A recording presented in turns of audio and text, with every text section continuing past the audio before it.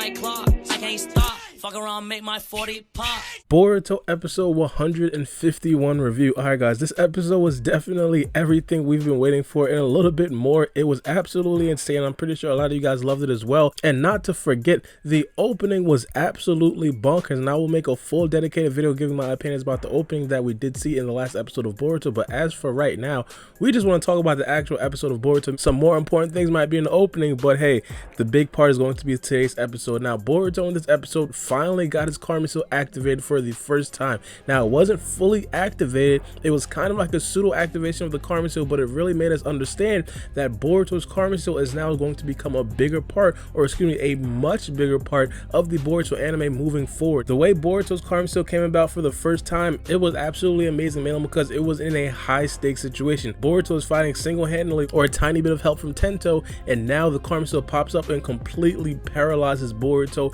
in an extremely high stakes situation, and it really just made it seem like everything was going left. Now, not only that, you pretty much got to hear the OST. This is probably like the first time we heard the karma seal background music. The overall feel of the episode, it just felt so boss, it felt so serious, and I really love that about the anime of Boruto. I'm so glad that they're getting into the more serious parts about Boruto right now, and this episode was a prime example. Now, after Boruto activated his karma seal, Shojoji pretty much said, hey, that's the mark from that group. And of course, Boruto didn't exactly know what group he was talking about, but later on in the episode, we pretty much come to find out exactly what group Shojoji was actually talking about, and it pretty much happened after Boruto completely knocked out Shojoji. We'll get into the specifics of the fight and how I like to fight later on in the episode, but for right now, we're going to get into the important parts. Now, Isshiki and Sai pretty much restrain Shojoji, and they start to try to interrogate him, but after a while, none of their interrogations matter, mainly because Sasuke Uchiha walks in. I spoke about this in my last video. Whenever we see Sasuke Uchiha, we know things are about to get serious. We know things are about to get real, and that's exactly what happened. Sasuke walked in, and the whole tone of Shojoji completely changed. It's like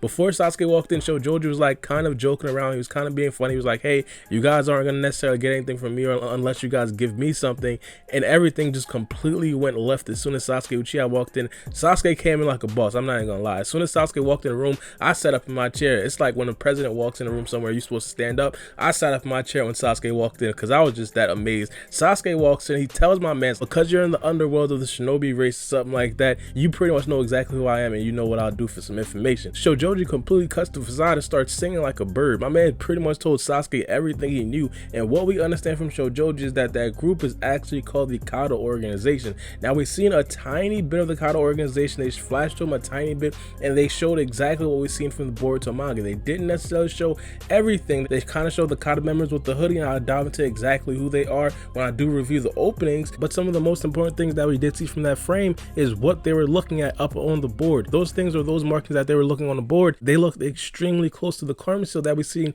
in this episode, and also in the episodes prior when we did see Boruto and Kawaki fight off in the destroyed Hidden Leaf Village. So that pretty much gives us some credence that the Kado organization knows a lot about the karma seal. Now, for my manga readers out there, you guys know we talked about this to nauseum, and we know exactly what the Kado organization is about, but for the anime only, this is the first clue of what the Kado organization actually knows and what they are about and their overall impact in the Boruto series. Now, in terms of looking forward and predicting exactly what's going to happen later on in terms of the Kado organization and some of the more serious topics from the Boruto manga, I fully expect in the next couple of episodes we are not going to get a serious tone, because at the end of a very serious arc, Naruto and Boruto, this is not only synonymous to Boruto, but they usually follow up with a lighter type of episode to appease the fans out there who actually do want to see some slice of life, some lighter content, see everybody else get together. It even happened in Naruto Shippuden during the war arc. They would often have a lot of filler episodes to pretty much, one, lighten up the mood, and also to two, give the writers a lot of time to pretty much make the serious episodes a masterpiece. So I do expect for the next couple of episodes, possibly 2 to 3 episodes, for it to be extremely light, but after that, I expect them to get right back into this content minimum because the momentum of the Kado organization, the karma seal, Kawaki also being in the opening, I expect it to tilt up a lot in the future. But just for the upcoming episodes, I expect it to be a very much lighter tone. But in terms of this overall episode, this episode really set the tone for what we should expect from Boruto and the rest of Team 7 in the future. I feel like in this episode, attacks just hit hard. Like Boruto just hit harder, Sarada hit harder, Mitsuki hit harder, the settings were a tint darker, the background music was much more serious. And I think I speak for everybody when I talk about this. When the Boruto anime actually adapts the Boruto manga, hands down the Boruto anime is a lot better, man, because in this episode there was a lot more underlying storylines that we didn't really see in the manga. And one of the underlying storylines that I really loved a lot was Boruto actually finding out that Kokuri actually died in the Hozuki castle, man, because Shojoji was there and he pretty much performed the corpse clone jutsu on him. That right there seemed like it absolutely broke Boruto, and I think it's gonna be a reoccurring thing for Boruto, man, because he kind of made the same mistake in this episode as well. As they were fighting, I think it was made extremely clear that Shojoji is no match for Boruto, and he should have been no match for Boruto, man, because in the number 2's body, Shojoji was good enough to take on all of Team 7, so it was no way that Boruto alone was going to be able to beat Shojoji, or excuse me, Boruto, with a tiny bit of help from Tentou. So they kind of played up and they made that make sense. But once Boruto actually hit Shojoji with the Rasengan, this is where Boruto lacks.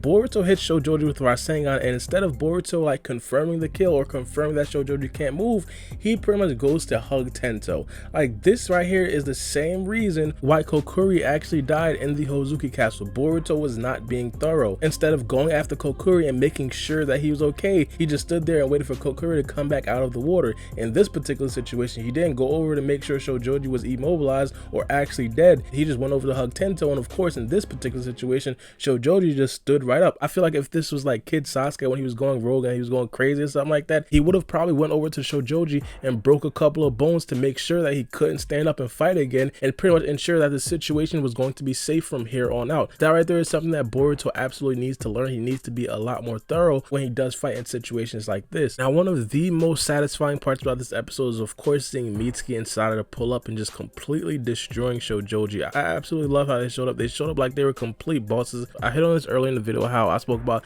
the hits just hit hard. It just seemed like they're getting better as an overall team, and of course as individuals, and they're gonna be continuing that in the next episode as well. I really don't want to talk about that too much in this episode, but it seems that Sarada is actually gonna start training some medical ninjutsu, which I'm pretty sure a lot of you guys are going to be hyped for. But regardless, in this episode their appearance was just overall insane. I'm pretty sure Tentou was extremely excited as well, just seeing these kids just show up. Like, think about it, Tentou was just idolizing Boruto, thinking Boruto was the strongest guy in the world, and all of a sudden 2 other kids show up, possibly a little bit older than him, and they're like just as strong as Boruto too. Like, Tentou must have been losing his mind. And in this episode I absolutely love the addition of Sai. Sai was originally like one of my favorite characters from Naruto Shippuden, but in this episode he pretty much pulled up into the feudal lord, and I love how they showed his team just standing guard outside, packing everybody up, just tying people up, doing what they got to do outside, completing their mission, while Sai and their boss goes in and pretty much interrogate the feudal lord and figure out exactly what he's gathering up a lot of money for. Now, towards the end of that fight, Boruto pretty much talks about his karma seal,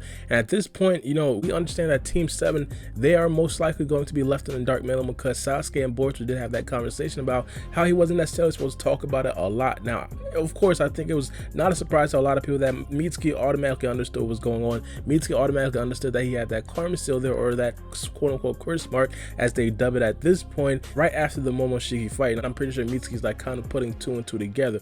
But in this particular situation, we understand that Boruto is becoming more open with talking about it with his team. And I think this right here is going to be a reoccurring theme in the future, mainly because it's going to be a difficult thing that Boruto is going to have to deal with, if we are to assume that there might be a couple of arcs in between this arc and the next manga arc, where Boruto's karma seal is going to be a continual hindrance to him, possibly on future missions when they are going to need to depend on Boruto. But I feel like when the big bloods actually convene, they're most definitely going to talk about, when we talk about Sasuke and we talk about Naruto, when they actually have that conversation to figure out exactly what's on Boruto's hand, they're going to find out ways to actually help out Boruto when that situation actually does occur. I feel like Sasuke at this point, he's going to be on a separate type of mission to pretty much figure out exactly what the Kado organization is and what their motives are going to be. He's going to probably be on some covert mission. Now, I don't necessarily know exactly when he's going to go on the mission, or if the mission is going to be similar to when he does investigate the Otsutsuki, where he leaves the hidden leaf fields for like months on a time. In my opinion, I think it won't necessarily be that extensive. extensive, and because it won't necessarily be that extensive, I feel like we're probably gonna get to see Sasuke in the anime a lot more. Not necessarily every single episode, but overall I really just want to applaud the Boruto anime for this episode. In my past I have criticized the Boruto writers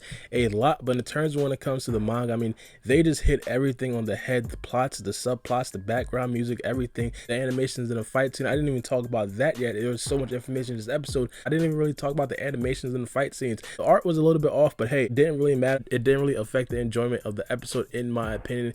It was just absolutely insane, just how the karma seal looked and how it popped up. Like, it was blinking, like it blinked blue, it came back black. I'm pretty sure you guys liked it as well. Now, as I said earlier in the video, the opening was arguably even more entertaining than the actual episode, and that's saying something, man, because this episode was absolutely insane. I will definitely make a review of the actual opening. I think I'm gonna have a lot more to talk about from the opening. That video right there is probably gonna be like 30 minutes. Not you know me, I'm probably cut it down to like 10 minutes, but regardless, let me know what you guys think about this episode. Also, give me some of your opinions about the opening as well, man, because I'll probably use some of you guys' comments when I do make the review. But it's been your boy Baara B, and we out.